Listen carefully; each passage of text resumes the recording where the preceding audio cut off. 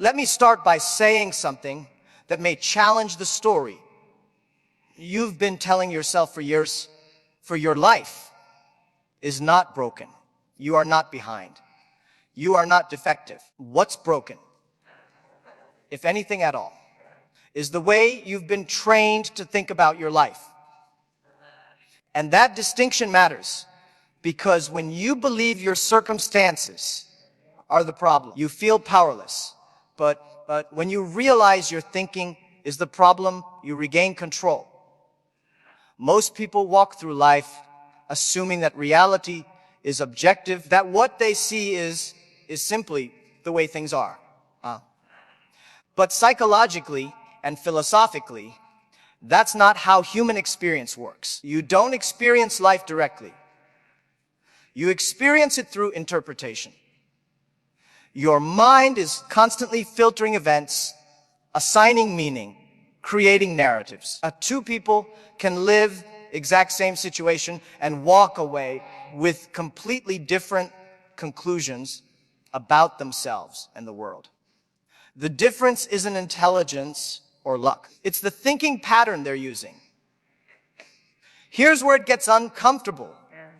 Many of the thoughts you trust most are not facts. They're habits. They're automatic responses built from past experiences, emotional memories, social conditioning, and fear-based predictions. Your brain is designed to keep you safe and not to make you fulfilled. So it overemphasizes risk, exaggerates threat, and clings to familiar conclusions, even when those conclusions are limiting your future. This is why people say things like, "This is just how I am," or "People like me don't succeed," or "It's too late now." Those statements feel true because they've been repeated so often. But repetition does not turn a thought into truth. It only turns it into a default. Correct thinking begins when you interrupt that default. Instead of asking, "Why does this always happen to me?" you ask, "What assumption am I making right now?" Instead of saying, "I can't," you ask, "Is this actually impossible or just uncomfortable?" This shift may sound small, but it's profound. You move from being inside the thought to observing the thought. And the moment you can observe a thought, it loses its authority over you. Psychologically, this is the difference between being emotionally fused with your inner dialogue and being mentally flexible. Philosophically, it's the difference between living unconsciously and living deliberately. Most suffering doesn't come from events themselves. It comes from the meaning we attach to them. When you automatically interpret failure as proof of inadequacy or rejection as proof of unworthiness, you turn neutral events into personal verdicts. And then you live as if those verdicts are permanent. They're not. Correct thinkers understand this life is information, not judgment. A setback is data. A mistake is feedback. A delay is not a denial of your worth. It's a moment asking you to adjust your strategy. When you change how you interpret events, you change how you respond to them. And when your responses change, your entire trajectory changes. This is why motivation alone doesn't work. You can feel inspired for an hour, a day, even a week. But if your underlying thinking pattern stays the same, you will always return to the same behaviors. Real change doesn't start with hype. It starts with clarity. With noticing the stories you tell yourself and questioning whether they deserve to be believed. And here's the most important part. Thinking correctly does not mean thinking positively all the time. It means thinking accurately. It means being honest without being cruel to yourself. It means recognizing when your mind is catastrophizing, personalizing, or predicting the worst without evidence. It means grounding your decisions in reality, not in fear disguised as logic.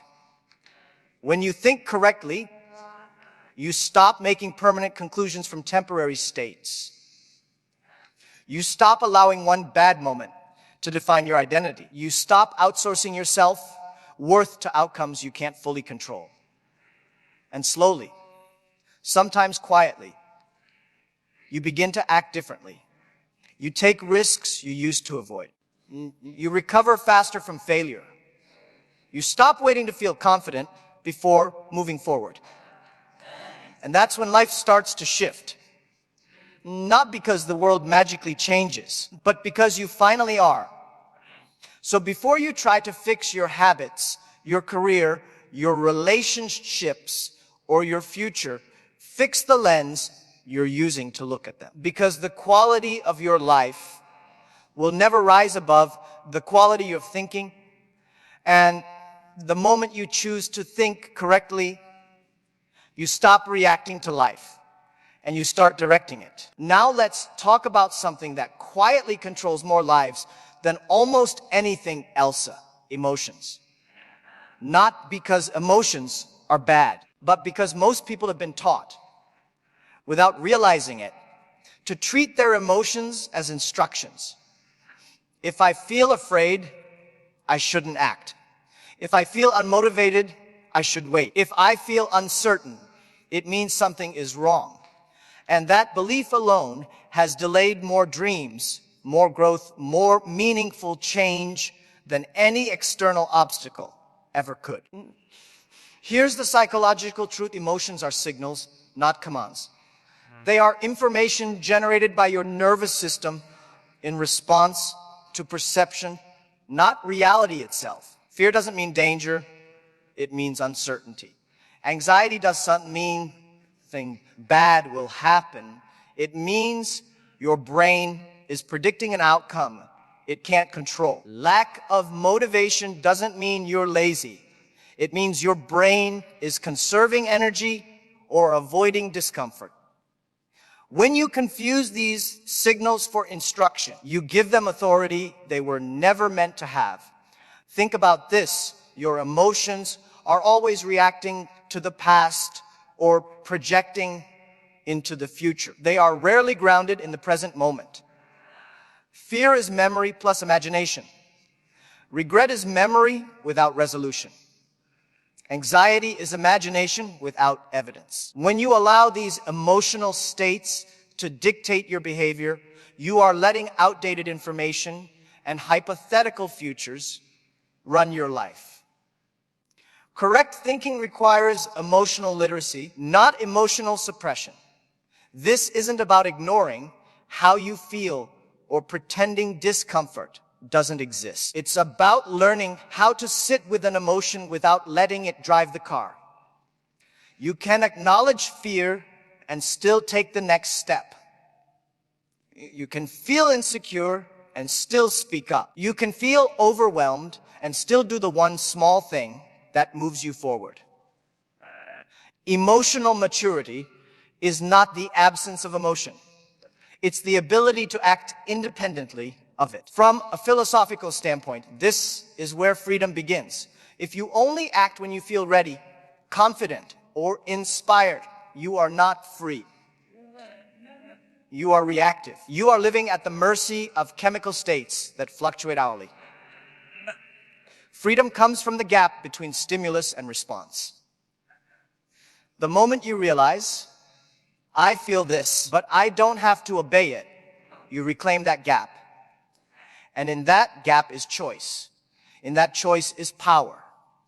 This is why discipline is misunderstood. People think discipline means forcing yourself, punishing yourself, being harsh. In reality, discipline is compassion with structure. It's choosing what serves your future self, even when your present self is uncomfortable.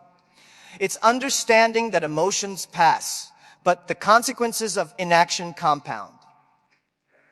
Every time you wait for motivation, you teach your brain that comfort is the priority. Every time you act despite discomfort, you teach your brain that growth is safe. Neuroscience supports this. Action precedes motivation, not the other way around. When you move first, when you take even a small step, your brain releases dopamine in response to progress, not intention. Waiting to feel like it is a cognitive trap. You don't feel your way into action. You act your way into feeling. And let's be honest, most of what we call overthinking is just emotional avoidance dressed up as intelligence. It feels productive, but it's actually fear negotiating for control. Correct thinkers recognize this pattern. They don't ask, how do I get rid of this feeling? They ask, what would I do right now if this feeling wasn't in charge? And then they do that thing, imperfectly, awkwardly, without guarantees. This doesn't make you reckless. It makes you grounded. You stop interpreting discomfort as a stop sign and start seeing it as a threshold. Growth always feels like instability at first because it requires you to step beyond what your nervous system recognizes as safe. But safety and growth are not the same thing. One protects the past, the other builds the future. When you stop letting emotions dictate your decisions, something remarkable happens. Confidence stops being something you wait for and becomes something you build. Courage stops being a personality trait and becomes a behavior. You realize that the strongest people are not the ones who feel fearless. They're the ones who feel fear and move anyway. So the next time an emotion tells you to stop, pause, or retreat, don't argue with it. Don't analyze it to death. Just acknowledge it. And then choose deliberately. Because emotions can inform you, but they should never run you. And the moment you stop obeying every feeling you have, you step into a life led by intention instead of impulse. Now let's confront one of the most convincing lies the human mind ever tells, that your limits are fixed, logical, and permanent. They feel real. They sound responsible. They often wear the mask of being realistic. But most of the limits you live by were not discovered through truth. They were learned through repetition, fear, and past experience. And what is learned can be unlearned. Your brain is not an objective observer of reality. It's a prediction machine. Its primary job is to keep you alive by reducing uncertainty. That means it constantly scans your past to decide what you should attempt next. If something once caused pain, embarrassment, or failure, your brain tags it as dangerous, even if the threat no longer exists. This is why comfort feels logical and growth feels reckless. Familiar pain feels safer than unfamiliar possibilities. Psychologically, this is known as pattern preservation. Philosophically, it's attachment to identity. You don't just repeat behaviors. You protect a story about who you are. I'm not confident. I'm bad at learning. I'm not the kind of person who succeeds at that. These aren't observations. They're conclusions drawn from a limited data set, then defended as facts. And the more you repeat them, the more your brain treats them as laws. But here's the uncomfortable truth. The brain confuses repetition with reality. It doesn't ask whether a belief is accurate. It asks whether it's familiar. That's why you can outgrow circumstances, but still feel stuck internally. Your external world may change, but your internal model hasn't been updated. So you keep making decisions based on an outdated version of yourself. Correct thinking requires intellectual courage. It means questioning thoughts that feel obvious. It means challenging beliefs that have gone unexamined for years. Instead of asking, is this who I am? You ask, when did I decide this was true? Instead of saying, I can't do that, you ask, what evidence do I actually have? And what evidence am I ignoring? This isn't positive thinking. This is critical thinking applied inward. Most self-imposed limits collapse under honest scrutiny. You realize that what you called a limitation was often a lack of skill, exposure, or repetition, not a lack of capability. Skills can be learned. Exposure can be gained. Repetition can be chosen. The mind resists this because it removes excuses. If a limit is real, you're not responsible. If it's learned, you are. This is where fear gets subtle. It doesn't say, I'm afraid. It says, this probably won't work. Or, people like me don't get those results. Or, it's too late to start now. Fear uses logic, like language, to protect the status quo. Correct thinkers learn to recognize this voice, not to fight it, but to see it for what it is, a protective instinct, not a prophecy. Philosophically, a growth demands a willingness to live without certainty. Most people don't fail because they lack ability. They fail because they demand guarantees before they begin. But guarantees are only available after action, never before. You don't become confident and then act.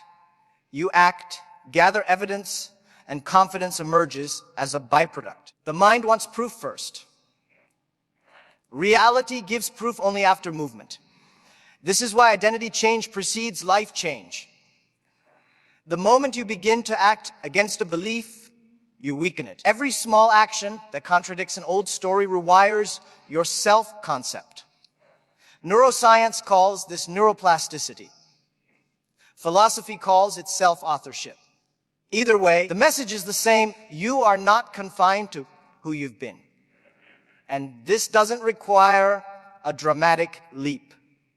It requires consistent contradiction, doing small things that your old identity wouldn't do. Speaking up once, trying again, staying in the discomfort a little longer than usual. These moments may feel insignificant, but they accumulate. Over time, your brain updates its predictions.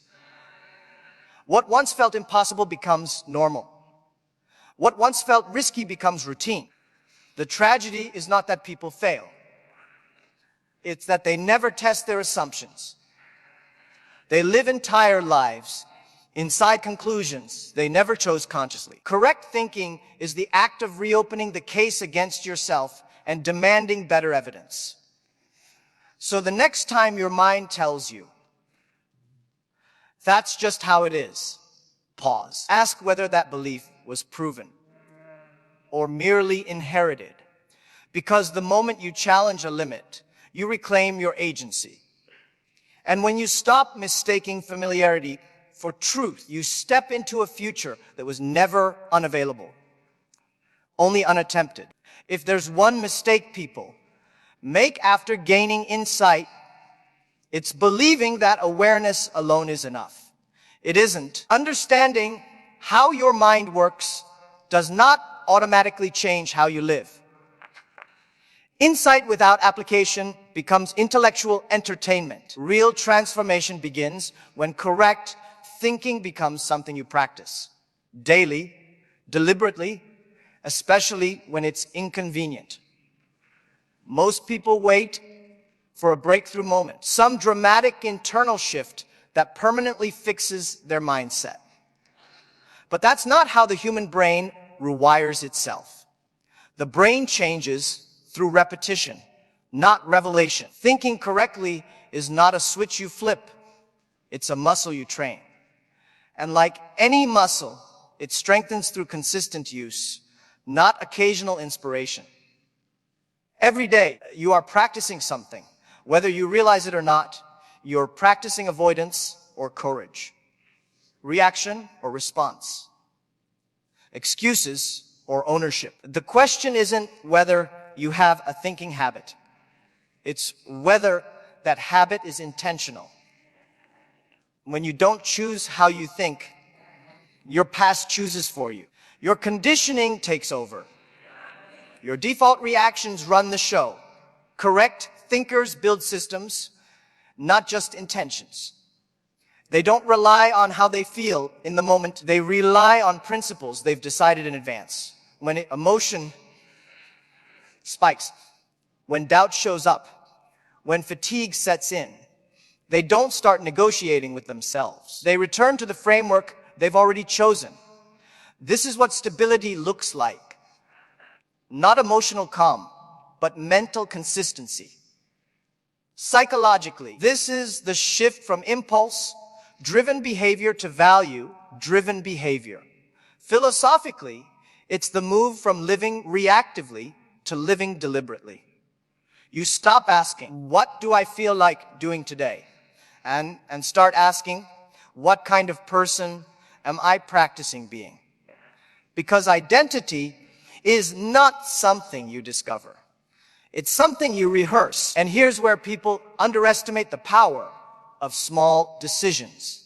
They think thinking correctly means making perfect choices. It doesn't. It means making aligned choices repeatedly. Choosing logic over emotion once doesn't change your life. Choosing it 100 times quietly reshapes who you are. Most transformation happens beneath the surface, long before results become visible. That's why so many people quit too early. They're looking for evidence in the wrong place.